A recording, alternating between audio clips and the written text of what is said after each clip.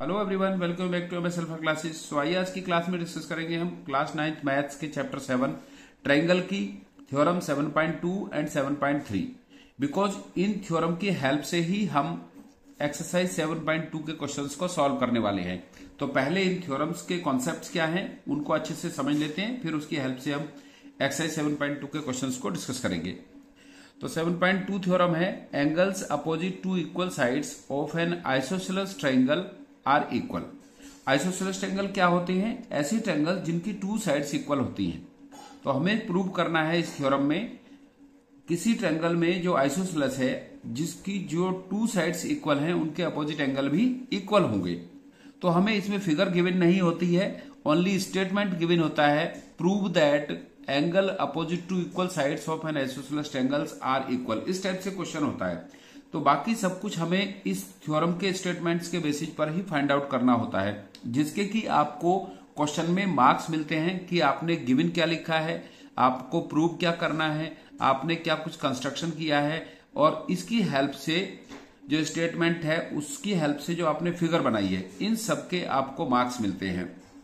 तो इसलिए हमें इसके सभी ये सेगमेंट्स को शो करना बहुत जरूरी है। तो जैसा कि थ्योरम में हमें प्रूव करना है एक आइसोसेलेस ट्रायंगल है, उसके अपोजिट एंगल जो उसकी टू इक्वल साइड्स हैं उनके अपोजिट एंगल भी इक्वल होंगे। सो गिवन क्या है, ये एक्चुअली हमें गिवन नहीं होता बट हमें ये कंसीडर करना होता है कि a triangle ABC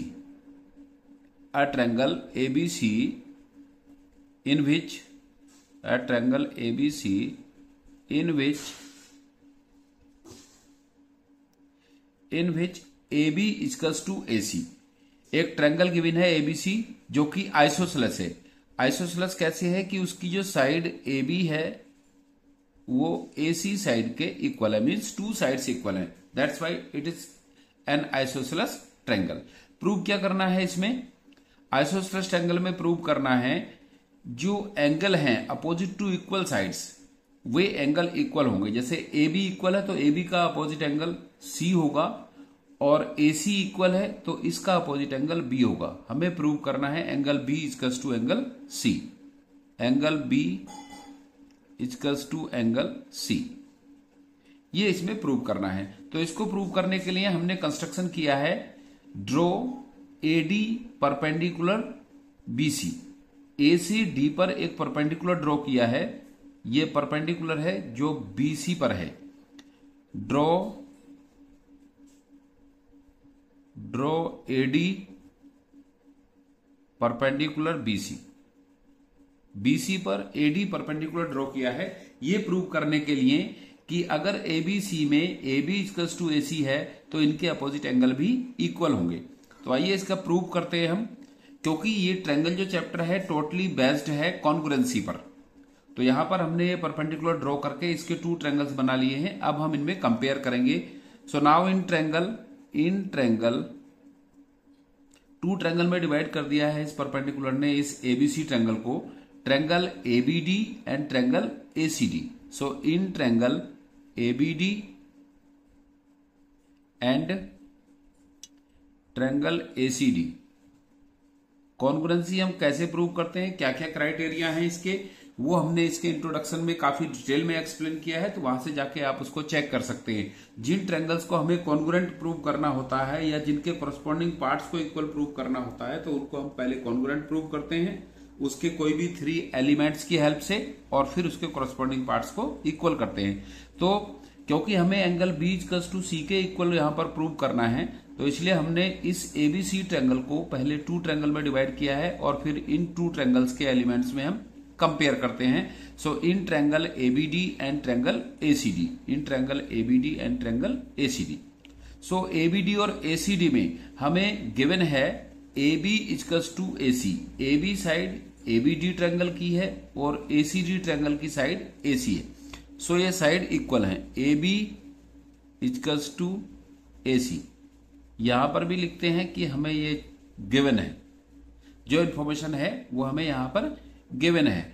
and AD इसका कॉमन है, ABD और ACD ट्रायंगल में AD परपेंडिकुलर इसमें कॉमन है, AD इक्वल्स टू AD।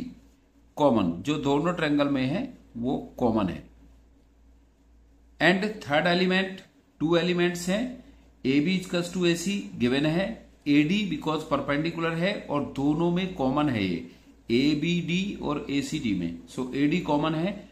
और क्योंकि हमने यहां पर कंस्ट्रक्शन से ए डी परपेंडिकुलर ड्रॉ किया है बीसी पर, so angle A D B, angle A D B equal to angle A D C, ये परपेंडिकुलर है, सो ईच 90, ये दोनों एंगल 90 के होंगे। अब थ्री एलिमेंट्स हमने यहां से फाइंड कर लिए हैं और कॉन्ग्रुएंसी क्राइटेरिया शो करने के लिए थ्री एलिमेंट्स रिक्वायर होते हैं। लाइक यू नो, इसके जो 5 क्राइटेरिया है, फर्स्ट क्राइटेरिया है SAS, second criteria SASS, third criteria ASA, fourth criteria AAS और फिफ्थ क्राइटेरिया RHS। तो यहां पर हम देख रहे हैं कि कौन सा क्राइटेरिया अप्लाई हो रहा है। हम यहां जो साइड दी रहती है उसकी हेल्प से हम फाइंड नहीं करते हैं क्राइटेरिया, हम ट्रायंगल की हेल्प से, ट्रायंगल से समझते हैं। तो इसमें राइट एंगल गिवन है, राइट एंगल की अपोजिट साइड हाइपोटेनियस होती है, A B equal to A सी है, ये भी राइट एंगल की अपोजिट साइड है, ये भी राइट एंगल की अपोजिट साइड है, और इसकी कॉमन साइड ए डी है। सो राइट एंगल, हाइपोटेनियस और साइड, सो ये दोनों ट्रायंगल यहां पर RHS क्राइटेरिया से कॉन्ग्रुएंट होंगे।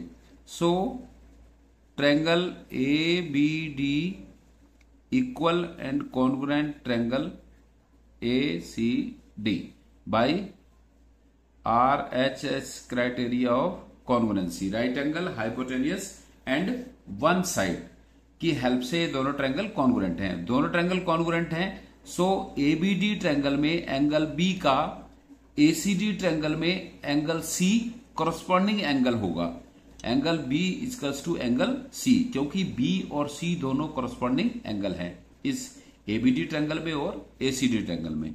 सो angle ABD equals to angle ACD। Clear है कि इसका कॉरस्पॉन्डिंग एंगल ये होगा। सो यहां पर रीजन क्या होता है इसका, बाई CPCT, क्योंकि ये CPCT क्या है, corresponding parts of congruent triangles are equal.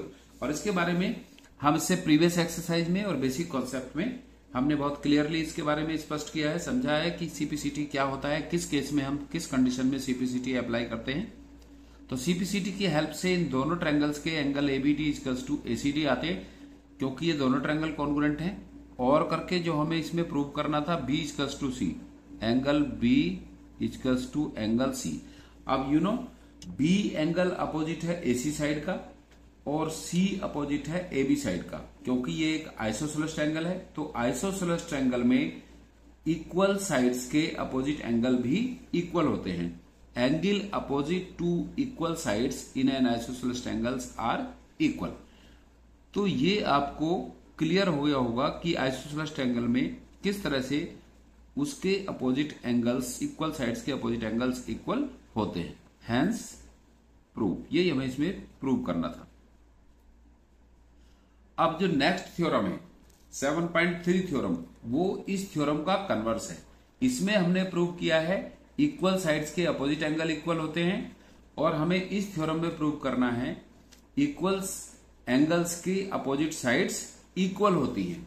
Equal angles की अपोजिट साइड इक्वल होती हैं इन ए ट्रायंगल। किसी भी ट्रायंगल में अगर टू एंगल्स इक्वल हैं तो उनकी अपोजिट साइड इक्वल होती हैं, जैसा कि 7.2 थ्योरम में था, अगर टू साइड्स इक्वल है तो उनके अपोजिट एंगल भी इक्वल होते हैं।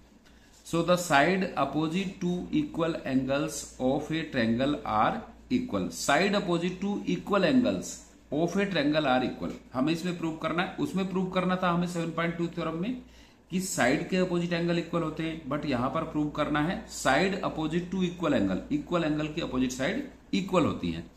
इसमें लिखेंगे हम गिवन क्या है, गिवन है ए ट्रायंगल ABC इन विच, जिसमें कि angle B equals to angle C given है। इसमें एंगल इक्वल गिवन है, इनकी अपोजिट साइड इक्वल हमें यहां पर शो करनी है। सो ये जो ट्रायंगल हमने कंस्ट्रक्ट किया है यहां पर ये हमने इस इंफॉर्मेशन की हेल्प से किया है। सो इन सभी सेगमेंट्स के गिवन, प्रूव और कंस्ट्रक्शन और फिगर के हमें मार्क्स मिलते हैं, तो इन सबको हमें शो करना जरूरी है। अभी हमें प्रूव क्या करना है, इसमें प्रूव करना है बी की अपोजिट साइड AC है और एंगल C की अपोजिट साइड AB है। एंगल B और C इक्वल गिवन है, तो इनकी अपोजिट साइड होंगी AB इक्वल्स टू AC। ये हमें यहां पर प्रूव करना है। इसके लिए फिर से हमने कंस्ट्रक्शन किया है, ड्रॉ